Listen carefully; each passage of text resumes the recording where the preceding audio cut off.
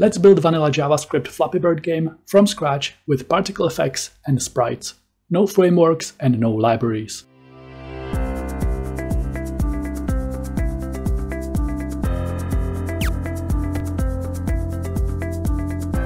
Hi coders!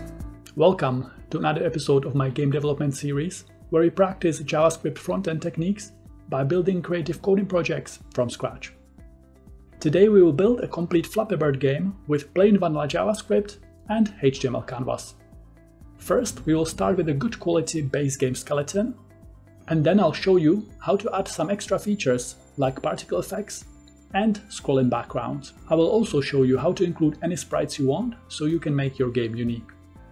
As you can see from the previews, once you have the base game working, it's very easy to change repeating background, use different color palette or different character sprite sheet. In the examples for this tutorial, instead of Flappy Bird, I'm using a dragon, a bat and a fly. I discovered this amazing artist whose name I can't pronounce. On their website, you can find all different kinds of high-resolution SVG cartoon sprite sheets and game graphics. Link in the video description. He offers some free example sprites which we will use today for our game. But if you want to build something more unique for your personal coding project or your portfolio, look through his paid collections as well. It's very reasonably priced for the great quality he offers. Some of you asked me if it's possible to incorporate generative art particle effects we built in this series into our games. We can include anything we want. It's one of the things I like the most about creative coding. Take different techniques you've learned and combine them together to create something new. We will start with an easy one. I will give Flappy Bird a trail of particles coming from its tail, and I will make it cycle through rainbow colors. I will also show you a very easy way to control speed of sprite animation separately for each element in the game, how to handle score count, and how to create endlessly scrolling backgrounds. While doing that, we will practice vanilla JavaScript coding techniques that can be used for any project, not just for games. We will learn more about ES6 classes, array manipulation, event listeners, callback functions, const and let ES6 variables, and modulus operator. Also, I'm not sure if you know this channel, but if you want more game development with vanilla JavaScript, check out his videos. His name is Frank as well, and he has a great way of explaining coding techniques. Link to his channel in the video description as well. Let me know if you want more videos like this by clicking the like button. Let's start coding. In index.html, I link style CSS file and create HTML5 canvas element with an ID of canvas1. This time, I try to break our JavaScript into multiple files for clarity. Bird.js will contain code to handle our player character, the Flappy Bird. Particles.js will contain code to handle a rainbow particle trail shooting from bird's tail. Obstacles.js will generate pipes that you have to avoid. And main.js will contain all the other bits, like canvas setup, event listeners, and so on. The order of these files is important, because JavaScript will read them in sequence. In style CSS, I just target the HTML canvas element and center it exactly in the middle of the screen, using the usual positioning trick: position absolute, top 50%, left 50%, transform translate, -50%, -50%. For this to work, the element also needs to have size, so width 600 pixels and height 400 pixels. That will be our game area. Border can be 2 pixels solid black. In main.js JavaScript file, I just do a basic canvas setup as usual. Const canvas is equal to document get element by ID canvas1.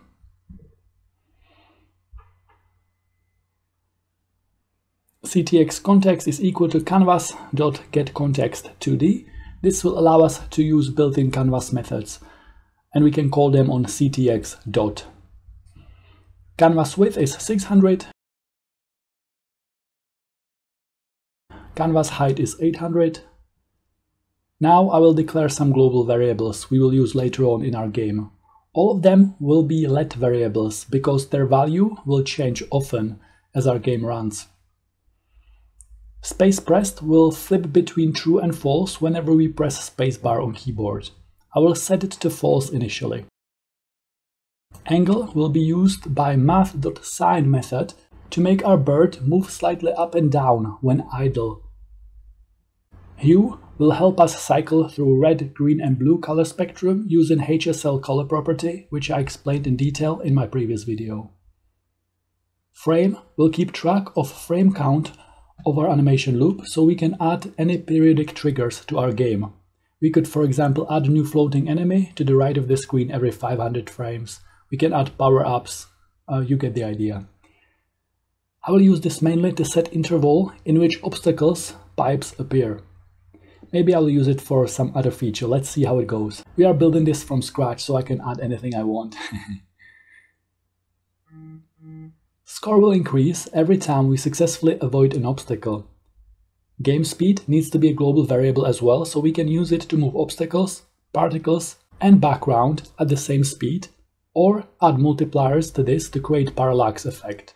With parallax, everything moves at slightly different speed but relative to each other. For example, I could set foreground elements to move at full game speed and background to move at game speed times 0.8 to create an illusion of depth. That's parallax effect. We can also have multiple layers, like 3 or 4. It would look really good. I create a custom function called animate. Inside I call clear rectangle to clear the entire canvas between every frame of animation. I will also call built-in function request animation frame and pass it animate, the name of its parent function. This will create our animation loop through a programming principle called recursion, where function just runs its code and then calls itself from inside of itself over and over again. I will also use fill rectangle canvas method to draw a rectangle that will represent our player for now. I will draw it at coordinates 10, 10 and give it width and height of 50. So now I declared animate function, I also need to call it. And we drew our player on canvas. I will create an event listener for key down event. It takes two attributes. First one is the type of event, so key down. The second one is a callback function that will run every time that particular event occurs.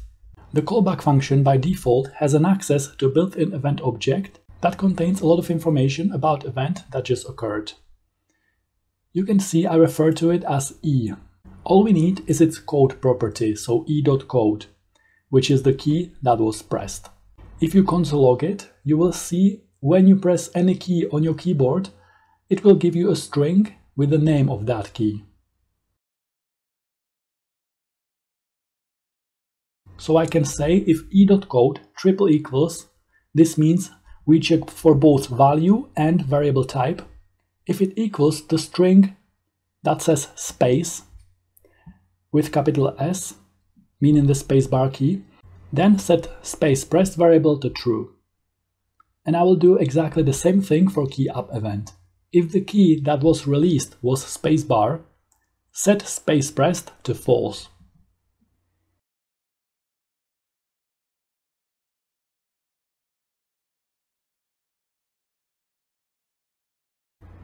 You can see I can change y coordinate of the player rectangle by changing this value on the line 17. So I can create a temporary variable and I set it to canvas height minus 90 to set vertical position 90 pixels from the bottom. And I can place that variable here. And if I increase value of that variable, every time we press spacebar, I can already move our player character like this.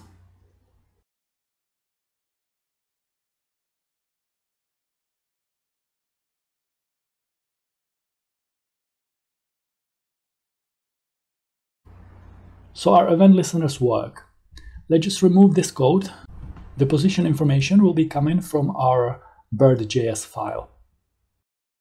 So in bird.js, we create and handle our player character, Flappy Bird. I create a JavaScript class and I call it bird with capital B. I explained classes in last video and actually in every video. So today I assume you are familiar with the basics. JavaScript classes are a blueprint to create many similar objects. Inside there is a mandatory constructor method that will hold the blueprint information. I will give it X horizontal position and set it to 150, vertical y coordinate will be 200, vy, velocity y, will be 0 at first. This will determine vertical speed of our bird, how fast it falls and moves up. Width and height will be 20 for now, and weight will be 1. This will be force that is constantly pulling our player down unless we flap our wings. I will give our class a custom method I call update. Here we will calculate position and speed of player character for each frame of animation. For each frame, the vy, velocity y, will increase by this.weight, and at the same time, this.y, player's vertical position, will increase by velocity y. If you look at this code and imagine it is running in a loop over and over, what these two lines do is making the player fall down, and the longer it falls, the faster it falls. Because vy is increasing endlessly for every frame, and at the same time, vy is added to player's vertical position, making it move down. We will have to put some safeguards and make sure player can't leave the screen. First, let me draw the player so we can visualize what's going on. Custom draw method, I will make it red for now. Fill rectangle built-in method will just draw a rectangle. The first two attributes are x and y coordinates. The second two attributes are width and height of the rectangle. This will represent our player in our basic game skeleton. I will create a third custom function and I call it flap. Every time we flap our wings, velocity y will decrease by, let's say, 2, giving player a push upwards.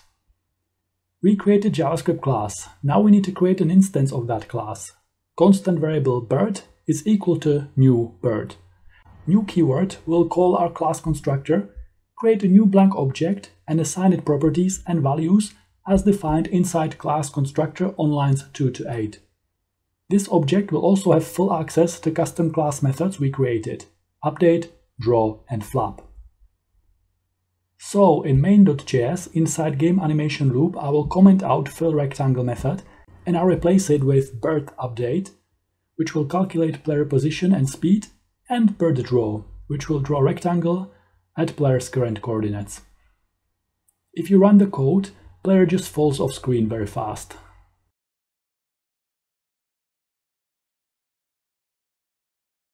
I go back to bird.js file. Inside the update method, I need to introduce some restrictions to make sure player always stays within canvas. If this.y is more than canvas height minus this.height, this.y equals canvas height minus this.height. Also at that point, vy, velocity y, is high, so I need to set it to 0.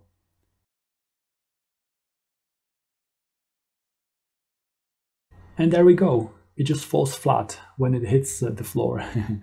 Perfect. If you want to create some space between the player and the bottom edge of the screen, we can say stop falling if you reach height times 3.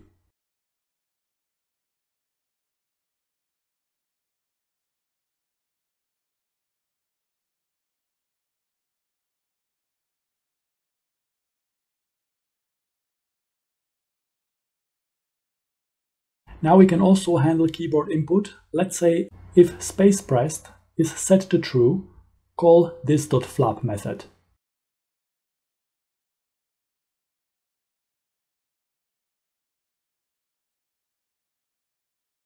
It works, but also now I see I need to introduce limits so the player can't move past the top edge of canvas. Otherwise we just kind of fly away.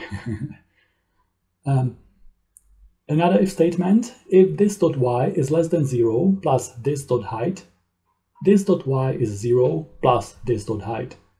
Declaring 0 is not necessary here. I could just say this.height, but I keep it here so you see I mean 0 on the y-axis from the top plus player's height. Player keeps hovering on the top for a while when I release the spacebar. To make it fall instantly when I release the key, I also need to set its vy velocity to 0 here. So velocity increases endlessly for each frame. It means player moves slow at first, but gets faster and faster along horizontal y-axis to the point where it becomes too much. To make it more manageable, I can say this.vy times equals 0.9. This will give it a really good Flappy Bird movement feel. I also want to make it sway up and down slightly when it's idle, not just sit down on the bottom doing nothing. To do that, I can just introduce new let variable called curve. Curve is equal to mat.sine, and I pass it angle, variable we declared on top of main.js file. Math.sine just cycles between -1 and +1 over and over. It is a trigonometry function. We used it in previous videos, and I will explain it again in detail in some other video. For now, you just know that if you use it like this, this will create a repetitive up and down motion. So I declared angle on line 7 in main.js file, and in the animate loop, I increase it by 1 for every frame. On line 12 in bird.js file, we already did set limit to make sure that player stops before falling over the bottom edge of canvas. This limitation number doesn't have to be static. It can change periodically, so if I add curve variable here, this variable now cycles endlessly between -1 and +1. We get this movement. That's not ideal. We can tweak it. If I multiply curve by 15, the range of movement will increase.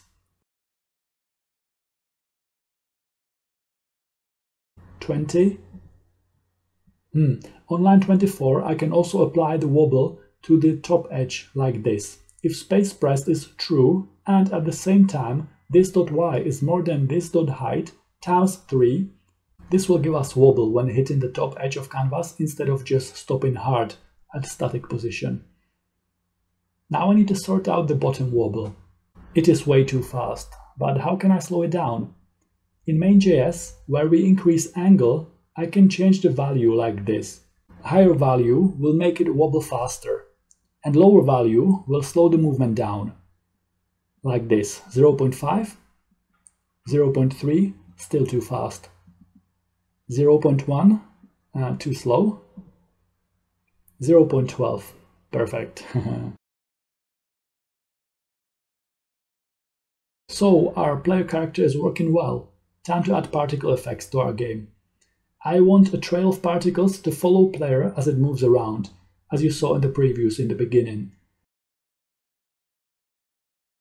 As with any generative art particle system, I create particles array that will hold our objects. JavaScript ES6 class called particle with a capital P, constructor with some blueprint values. I want particle to always originate from where the player is at the moment, so this.x will be equal to bird.x. Bird is a variable we declared on line 34 in bird.js file. This.y is bird.y for vertical position. Size of each particle will be a random number between 3 and 10. Speed y, which determines how particles move vertically, will be a random number between 0.5 and -0.5. I want particles to spread vertically, but only just a little bit, both up and down from where they first appear. Kinda like smoke. Color will be red for now. I create a custom update function which will calculate position for each particle for every frame of animation.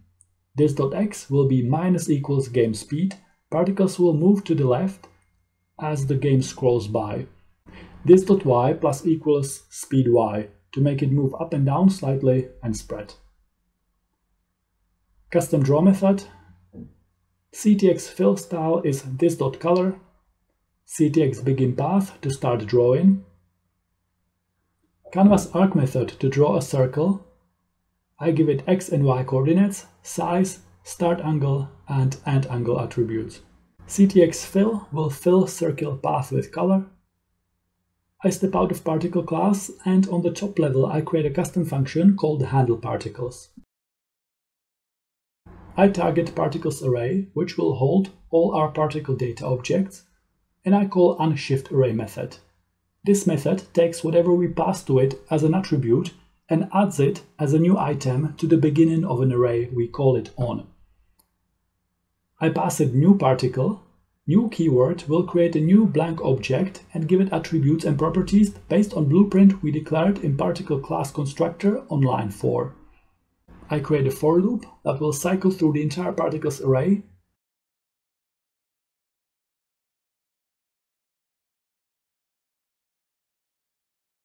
And for each particle, we call update method that calculates current x and y position, and the draw method draws a circle at these coordinates.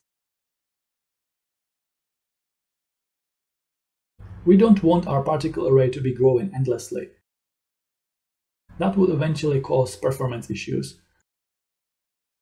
Let's say if particles array length is more than 200, I will remove old particles.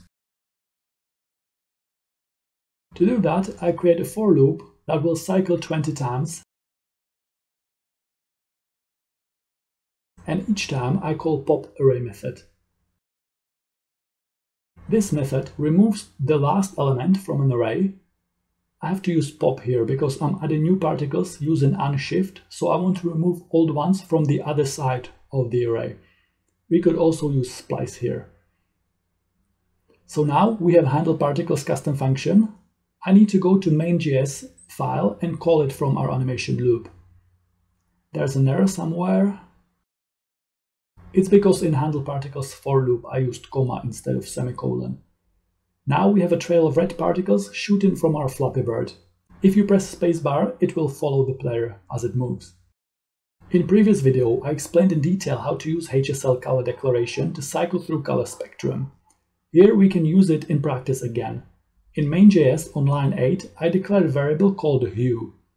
In animation loop, I increase hue by 1 for each frame.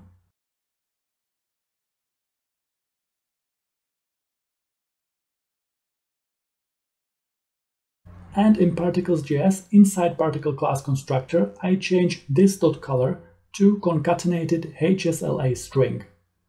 If you want more understanding of HSL colors and canvas gradients, watch my previous video where I explained everything in detail.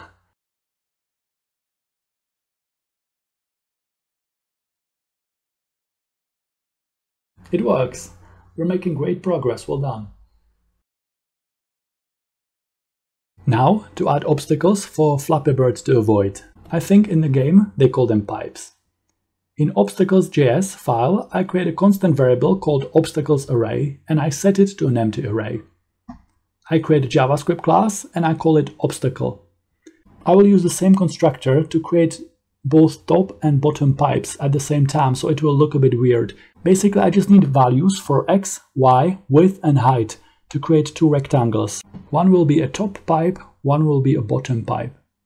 This.top will basically be height of the top obstacle. It will be random number between 0 and canvas height divided by 3. This.bottom will be height of the bottom obstacle, and again it will be random number between 0 and a third of canvas. I need to make sure there is space between the pipes, that's why canvas divided by 3.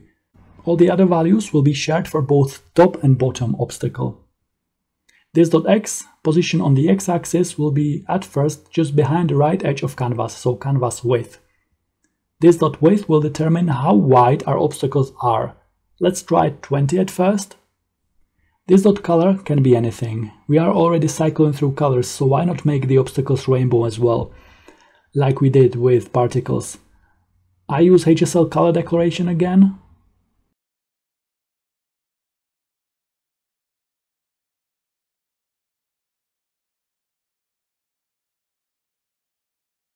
Custom method I call draw will just draw two rectangles representing top and bottom obstacles. Fill style will be this.color. CTX fill rectangle takes 4 values, x and y of the top left corner of the rectangle we want to draw, and width and height. Remember that this.top represents height of the top rectangle, of the top obstacle pipe, whatever we want to call it. I call fill rectangle again, this time to draw the bottom obstacle. X coordinate is the same as the other one. Y vertical coordinate is minus height of the obstacle from the bottom of the canvas, so canvas height minus this.bottom. This.bottom represents height of the bottom obstacle. Sorry for the names, I realize now it's slightly confusing. I hope that you can follow along. I'm just drawing bottom obstacle now, which is a rectangle that requires x, y, width and height. Update method will push obstacles to the left because our game is scrolling to the right, depending on game speed variable. If game speed is set to 3, obstacles will move 3 pixels to the left horizontally for every frame of animation. Once we calculate that, I can also call this.draw from here, so I don't have to call it separately. Again, I step out of JavaScript class and I create a custom function I call handleObstacles. Here I want to create a new obstacle every 50 frames in our game. If I say frame modulus 50 is equal to 0, modulus operator will calculate remainder. For example, 5 modulus 2 is 1 because 4 is divisible by 2 and remainder to 5 is 1. When I say modulus 50 is 0, I'm saying every time frame count hits a number that is divisible by 50, enter this if statement code block. Or even simpler, I'm saying execute this if statement every 50 frames. So every 50 frames, we use unshiftArray method on obstacle array and add a new obstacle to the beginning of the array, like we just did with particles array. How do we count frames for our code to know to do something every 50 frames? In main.js on line 9, I declared a variable called frame, and I initially set it to 0. Inside animate loop on line 22, I just say frame++. This will increase frame count by 1 for every animation loop cycle. That's all we need to do. Now I can use modulus operator anywhere in our code if I want something to happen periodically. I can, for example, create an enemy or power up every 100 frames or something. You get the idea. Back in obstacles.js, inside handleObstacles, I create a for loop. It will just cycle through the entire obstacles array and call update method, which will calculate current position for each obstacle. And since on the line 18 I'm calling this.draw from inside update, it will also draw that obstacle automatically. I don't have to call draw here again. Same as we did with tail particles, I don't want our obstacles array to grow endlessly. Let's say if the array gets longer than 20, remove one obstacle from the end of the array. Again, using array pop method. Now all I have to do is call it from animation loop, so main.js file, and inside animate on line 19 I call handleObstacles. Looks like we have error somewhere. In obstacles.js on line 27 I need to call update for each obstacle. So obstacles array square brackets i.update. The colors are behaving weird. In animation loop I call handleObstacles before I handle player and particles. I just swap these around. I want to call handleObstacles before I handle player and particles. I want the obstacles to be behind the player, so they need to be drawn first.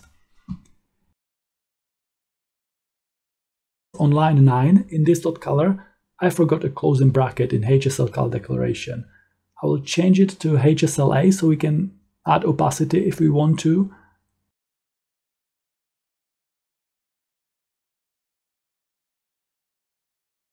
And I see I'm missing a comma before 100 here. Now it works. We are generating rainbow color obstacles. You can see if I change value on the line 23, you can change space between obstacles. Here I say create new obstacle every 150 frames. Now collision detection. I want the game to stop and give game over message when player hits any obstacle. I will also draw a small image when collision occurs. Const bang is equal to new image. Bang.src is equal to bang.png. You can download the image in the video description, or you can use any image you want. Maybe some comic book bang, pow, or boom bubbles. That would be funny. Don't forget it should be PNG with a transparent background if you're using your own images. I create a custom function called handleCollisions. Inside I create a for loop that will cycle through the entire obstacles array. I will use square collision detection formula. I explained it in other videos and I will make a separate video on this. For now, just remember that I referred to the player object as bird, so for each obstacle I need to check these things. If bird.x is less than each obstacle's x plus that obstacle's width,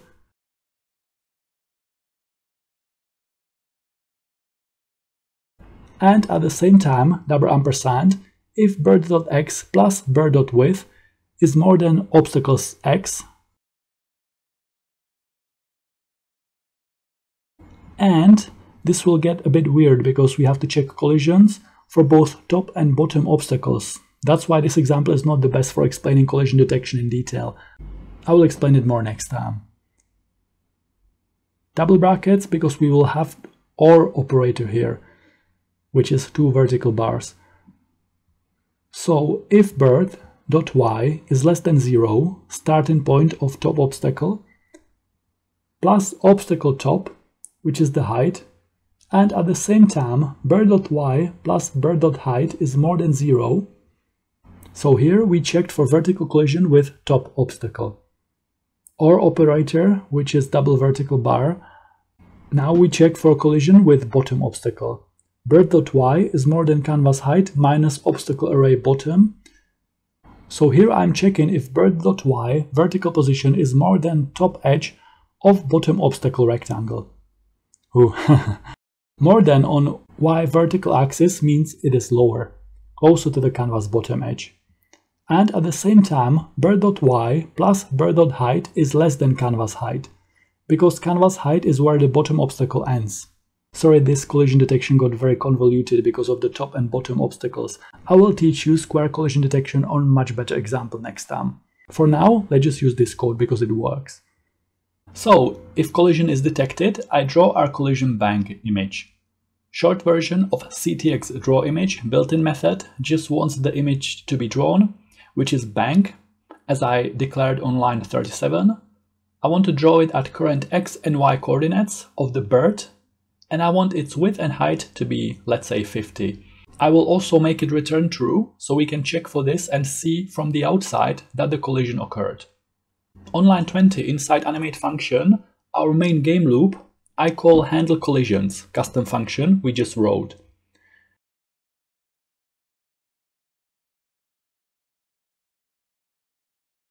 And you can see bank image is drawn every time we collide with obstacle.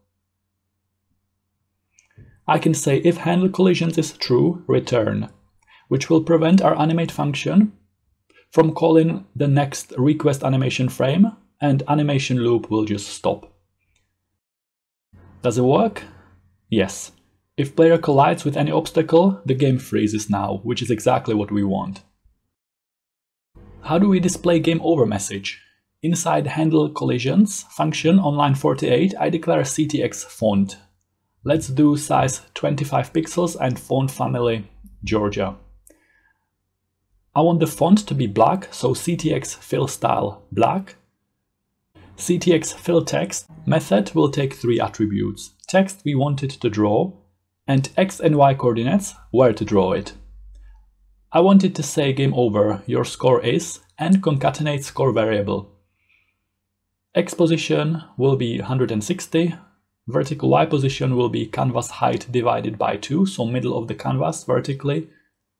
And let's do -10 to account for height of the font to make it roughly in the middle. That's not exactly in the middle. Inside animate loop, I set fill style to red. Font will be 90 pixels Georgia. I will use stroke text to create outline of our score at coordinates 450 and 70, and I also call fill text and pass it the same values to fill it.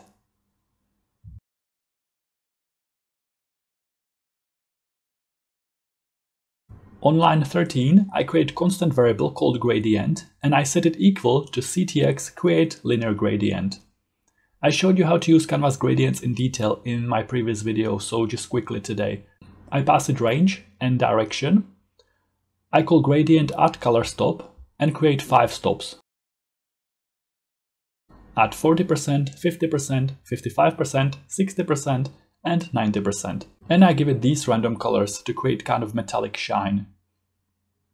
To activate the gradient, all I have to do is on line 27 set fill style to gradient with no quotes. It works if you look at the score now. It will fit better when we add background.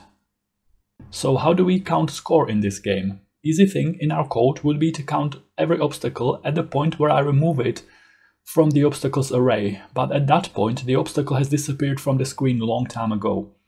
I would like the score to increase the second we get past the vertical edge of each obstacle, to make it as precise as possible. To do that, I will just compare horizontal x value of bird against each obstacle. As soon as obstacles x is lower than bird x, it means we have passed it successfully and the score can be increased. But I also want to make sure we count each obstacle only once. Otherwise, when we create wider obstacles, like you could see in one of my examples, one wide obstacle could be added to the score over and over until we fly through it. To prevent it from happening, I will go to obstacles.js file, and inside obstacle class, constructor, on line 10, I create one additional property called counted, and I set it to false initially. Then, inside update method, I say if this.counted is false, and at the same time, $, this.x is less than bird.x, which means we have moved past the obstacle. Only then enter the code block and increase score variable by 1 by saying score++. Also, I will set this.counted to true, so this particular obstacle has already been counted towards our score. Since this if statement is only entered when counted is false, this obstacle will not be able to increase score again.